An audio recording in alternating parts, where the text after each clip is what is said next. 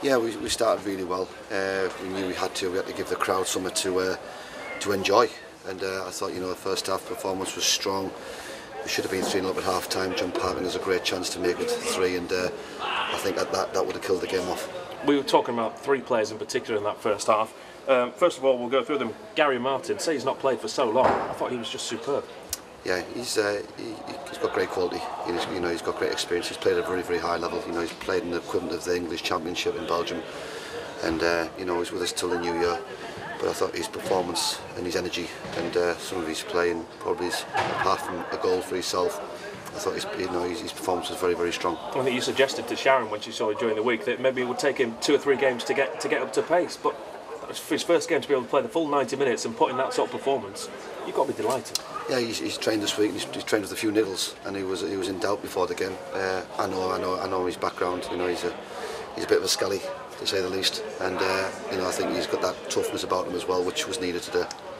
Other players that impressed in that first half, Adriano Moke, he had 2 or 3 runs with the ball where he drove towards the Curzon defence.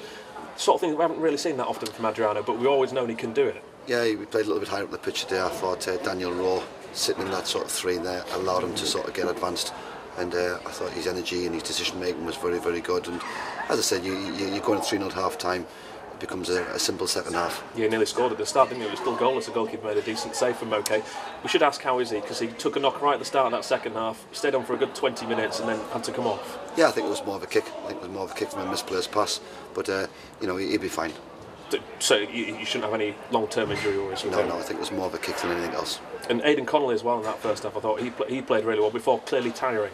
He did, and you can see that the little fella hasn't had enough football over the last 4 or 5 months, and he's just still trying to get up to speed with things. But for a good 50 minutes, he was very good, effective. He's just trying to get sort of 75, 80 minutes, and I thought the fitness levels from the players today were outstanding. 4 weeks ago, we would have really, really struggled in that game. I think there's been a lot of work put in the training ground, a lot of credit to the players, because they had great desire. We had a good shape off the ball. I thought the substitutions today made a hell of a difference when they came on as well. Yeah, you did concede in the second half. We'll come on to that in a second, but you quietly saw the game, didn't you? We never really felt under any real pressure that Curzon were ever going to equalise. Which, as you say, in the past, that might not have been the case. Yeah, but we conceded a very soft goal. We knew that the boy gets his shots off guessed from the left wing back, comes inside, and it's disappointing because that game should be 2-0, 3-0. They had 1 shot and scored all game. You talked about the defender. Everyone seemed to just fall asleep and just let him travel too far across the goal before trying to close him down. Yeah, you've got to stop shots, and you come inside on his right foot, on his weaker foot, and nobody goes and makes that real desire to make him play a pass, allows him to shoot, and it flies in the top corner. So that was probably the only disappointment within the defensive side, because I thought the 2 centre halves, the 2 full backs made very good decisions. I thought the distribution from back to front today from the back 4 was very good overall. Yeah, the diamond in midfield clearly worked for you. It did. But I thought the formation towards the end worked even better. I thought the 3 up top and Daniel Rowe, I thought he had an outstanding debut. From again, that hasn't played the last 2 or 3 months. Probably the last time he played was pre-season for Wycombe Wanderers. So I thought his decision making at the bottom of the diamond was very, very good. And we know he can play there, but he was quite open when he spoke to Sharon on Thursday, saying that he prefers to play right back if he possibly could, or centre half. That's not his preferred position, but you would never guess from watching him today. No, he's played there, and he's played right back, and he's played centre half. So he's versatile, and you need that in the group. Needs certain players that can do that. But I thought his decision making, his heading and his energy, his use of the ball, his calmness on the ball was good.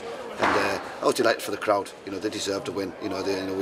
We haven't been good enough in the last 2 games, and today was very strong. I thought we finished the game off very strong, and better decision making in the final third. We could have went and won that game quite comfortable today. Yeah, I don't think we could argue anything you've said there.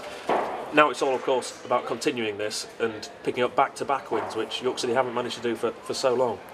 We've got to get some momentum going now. We've got to get a run going, to allow us to push on as a club, and we've got to make sure that we do that. I said to the players, you've won 1 game there, chalk it off, look after yourselves. Work starts again now for Monday. You know, preparation's all about what we do now, and you know, these players will be back on the training ground working really hard Monday. No days off, back in. You know, getting ready for the next one. So we know Moke went off injured. Hopefully he'll be all right for Alfreton next week. Any other concerns coming out of this game? No, there's no injuries. Moke will be fine. I'm sure he'll be fine. And Louis Armand, have you any update yet on how long he likely to be out for? Yeah, I think it's you know, we went on 1 or 2 bits of information back from the specialist. He goes in for a scan on Tuesday, so by Wednesday we should know a little bit better that decision.